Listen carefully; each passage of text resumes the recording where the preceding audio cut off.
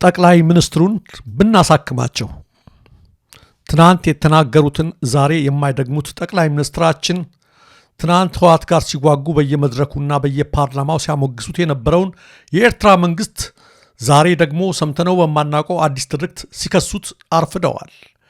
ኤርትራ ጋር ያጋጨን የቀይ ባህር ጉዳይ ሳይሆን በትግራይ ጦርነት ወቅት በትግራይ ህዝብ ላይ ግፍ በመፈጸማቸው ነው ይሉናል አብይ። እመራዋለሁ በምትለው ሀገር ለከፈትከው ጦርነት ራስህ ጋብዘህ ያስገባውና ትናንት ስታሞካቸው የነበረውን የኤርትራን ጦር ዛሬ በሰብአዊ መብት ጥሰት የምትከሰው የተጋሮችን ልብ ለማግኘት አስበህ ከሆነ ሞኙ አንተ ነህ። ግመል ሰርቆ አጎንብሶ አይቻልምና። በጣም አሳዛኙና አሳፋሪው ንግግር ደግሞ የኤርትራ ሰራዊት የእኛን ሰራዊት ከኋላ እየተከተለ የትግራይ ሰዎችን ሲረሽን አይተን እንዳላየን በዝምታ አልፈናል የሚለው ንግግራቸው ነው። በትግራይ ውጊያ ሲጀመር የመጀመሪያው ዙር ውጊያ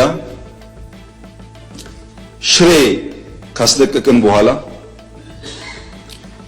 የኤርትራ ጦር ከኋላ ኋላ ተከትሎ ሽሬ ገብቶ የአንዳንድ ሰዎችን ግለሰቦች ቤት ማፍረስ ፎቅ ማፍረስ ሲጀምር ጸብ ተጀምሯል። አልተናገርንም እንጂ አክሱም ይዘን ስናልፍ አክሱም ገብቶ ወጣቶች በጅምላ ሲረሽን ጸብ ተፋፍሟል። የሀገር መሪ ነኝ እያልክ ህዝብ ሲረሽን አይተህ እንዳላየህ በዝምታ ካለፍክ በዘር ማጥፋትም ሆነ በሰብአዊ መብት ጥሰት የምትከሰሰው ዋነኛው ወንጀለኛው አንተው ራስህ ነህ። ሰውየው በዚህ ብቻ አላቆሙም። አክሱም ስንደርስ አክሱም ላይ መግደል ሲጀምሩ፣ አድዋና አዲግራት ስንደርስ ፋብሪካ መፍታት ሲጀምሩ ተጣላን፣ የተጋጋለ ጸብ ተፈጠረ ይላሉ። በወቅቱ ግን እኛ የምናውቀው ስለ ፍቅራቸው እንጂ ስለ ጸባቸው አልነበረም። አድዋን ይዘን ስናልፍ አድዋ ሄዶ ፋብሪካዎች ሲፈታታ ሲሰርቅ ጸብ ተጋግሏል። አዲግራት ደርሰን የመድኃኒት ፋብሪካውን የሚነቀለውን ነቅለው የማይነቀለውን ሲያፈራርሱ ጸቡ ጫፍ ደርሷል። አብይም ሆኑ ጀነራሎቻቸው በየመድረኩ ያን ሁሉ ውዳሴና ሙገሳ ሲያቀርቡ ንጹሐን በሚገደሉበትና የሀገር ፋብሪካ በሚነቀልበት ጊዜ ከሆነ ከነሱ በላይ ወንጀለኛና ባንዳ በታሪክ መገኘቱን እጠራጠራለሁ። አብይ ይቀጥላሉ። ይህ ነገር እየከፋ ሲመጣ ከአንድ አይሉ ሁለት ጊዜ መልእክተኞችን ወደ ኤርትራ ልኬያለሁ። እኛ ጸባችን ከህወሓት ጋር እንጂ ከትግራይ ህዝብ ጋር አይደለም፣ ህዝቤን አታጎሳቅሉ ብዬ መልእክት ልኬያለሁ። ከላኳቸው ሰዎች መካከል አንዱም የወቅቱ የውጭ ጉዳይ ሚኒስትር አቶ ገዱ አንዳርጋቸው ናቸው እያሉ እማይ ሲጠሩ ተደምጠዋል። አክሱም ወጣቶች ሲገደሉ፣ አድዋ ሲዘረፍ፣ አዲግራት ሲዘረፍ በርካታ ኢንቮይ ወደ ኤርትራ ልኬያለሁ። የላኳቸው ሰዎች ገሚሱ አሁን ከኛ ጋር የሉ። ለምሳሌ ክቡር አቶ ገዱ ያኔ የውጭ ጉዳይ ሚኒስትር ነበሩ። ከአንዴም ሁለቴ ኤርትራ ልኬያቸዋለሁ። የላኳቸው የትግራይን ህዝቤን አታገሷቅሉ፣ ሀብቱን አትዝረፉ፣ ጸቡ ከቲፒኤልኤፍ እንጂ ከትግራይ ህዝብ አይደለም የሚል ነው። ጦርነትን ያህል ነገር ከለኮስክና የውጭ ሀገራትን ጦር እንዲያግዙ ካስገባ በኋላ የትግራይ ህዝቤን አታንገላቱ ብለህ መልእክት መላኩ ምን ትርጉም አለው? በጉዳዩ ዙሪያ የሰብአዊ መብት ጥሰት ጥያቄ ሲነሳቦ ጦርነት ባለበት አውድ ንጹሐን መጎዳታቸው ያለና የነበረ ነው አላሉንም እንዴ? እርሶም ፊልድ ማርሻሉም ይህ በእኛ ብቻ ሳይሆን በሌላ ሀገርም የሚፈጽም ነው ያሉት እኮ እርሶ ነዎት። በዚያ ላይ ደግሞ መቀሌን እንደ በሸሻ አድርገናታል ሲሉ ስለ ህወሓት ነው እየነገሩን ያሉት። ይህ ብቻ አይደለም። እረ ወታደሮቹ የትግራይን ሴቶች እየደፈሩ ነው ሲባሉ የእነሱ ሴቶች በወንድ ነው የተደፈሩት፣ የእኛ ወታደሮች ግን በሳንጃ ነው የተደፈሩት ብለው ወንጀሉን ያቀለሉት እርሶ አይደሉም እንዴ? ሴቶች እኮ አሁን በወንድ የተደፈሩት፣ የእኛ ወታደሮች ግን በሳንጃ ተደፍረዋል። ዛሬ እንዴት የወገኖቹ ግፍ ከነክኖት፣ ዛሬ እንዴት እርዳታ አግደው ነዳጅ ከልክለው ስልክ አቋርጠው በድሮን ሲያስለቅሱ ለነበረው ለትግራይ ህዝብ የሰብአዊ መብት ተሟጋች ሆነው ቀረቡ። ስምረት ፓርቲን በመሸጥ ህወሓት ላይ ህዝቡን ለማነሳሳት መሰረት ለመጣል ነው ወይስ ከወንጀሉ እንደ ጲላጦስ ንጹሕ ነኝ እያሉ ነው? አብይ በዚህ ሲያቆሙ ይህ ጠብ ተካሮ ሂዶ በመጨረሻም የፕሪቶሪያ ስምምነት ሲፈረም ነው እንዴት ህወሓት ሳይጠፋ ስምምነት ይደረጋል በሚል ከኤርትራ ጋር የመጨረሻው ጠብ የፈነዳው ይሉናል። አክለውም አንዳንድ የህወሓት ሰዎች ከዚህ ኃይል ጋር ሆነው ነው ኢትዮጵያን ለማፍረስ እንስራ ያሉት ሲሉም ይደመጣሉ።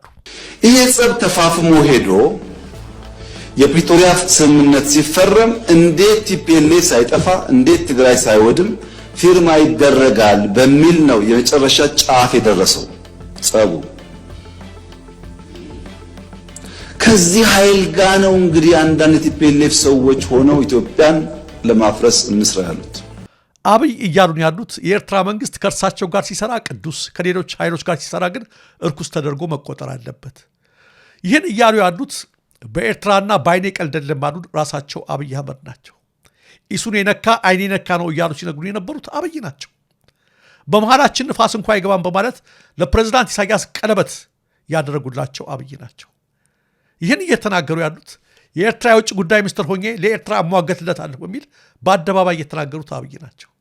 ይህን የሚሉን ኤርትራ ባትኖር ኖሮ ምን ይውጠን ነበር ብለው ትናንት በፓርላማ የተናገሩት አብይ አህመድ ናቸው። ታዲያ ትናንት የተናገሩት ምራቃቸው ሳይደርቅ ዛሬ አዲስ ትርክትና ዜማ ይዘው ብቅ ያሉት ማን ይገዛኛል ብለው ይሆን?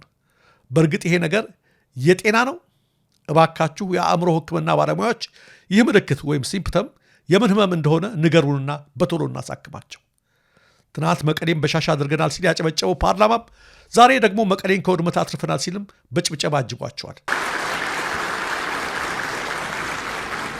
ከፓርላማው ከዚህ በላይ ስለማይጠበቅ ቅር አይለንም።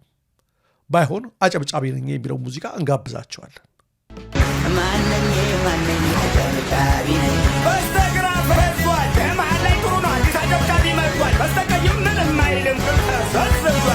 የመጣው ለጀደው አጨበጭባለሁ ገና ለምን ይመጣው ተዘጋጅቻለሁ። ሰው ይታዘበኛል እኔ መቻው ካለው በየትኩበት ቦታ አጨበጭባል። ማነኝ አጨብጫቢ ነኝ ማነኝ አጨብጫቢ ነኝ አጨብጫቢ ነኝ ዓለም ያወቀኝ አጨብጫቢ ነኝ አገር ያወቀኝ። ለምን በተከታዩዋ ቪዲዮ አጭር ጥንቅሬን አልቋጭም።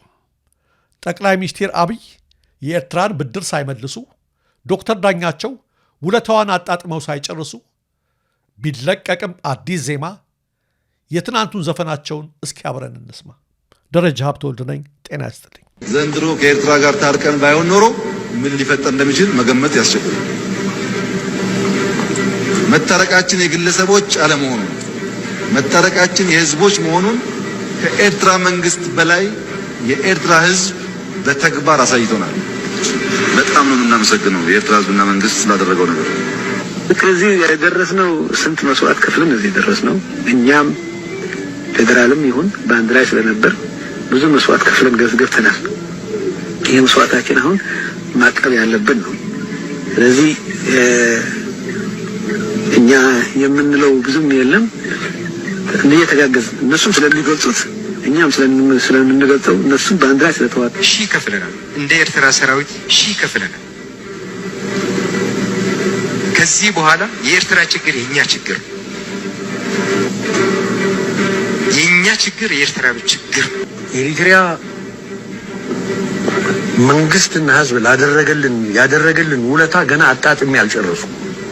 እኔ ዛሬ የወያኔ ታንክ አዲስ አበባ ሮድ ያደርግ ነበር የሚል ግምት አለኝ።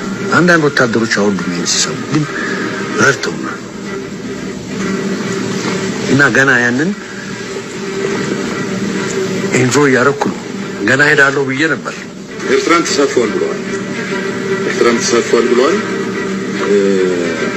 ኤርትራ እኛን ለማገዝ ብሎ ጀግናው የኤርትራ ሰራዊት የጋራ ጠላትን በጋራ በመቀጥቀጥ ከከፍተኛ ጀነራል መኮንኖቹ ጀምሮ ከኢታማዦር ሹሙ ጀምሮ እስከታች ያለው ሰራዊት የእዝ አዛዦች፣ ክፍለ ጦር አዛዦች አብሮ እንደተገነባ አብሮ እንደሰለጠነ ሰራዊት በከፍተኛ ትስስር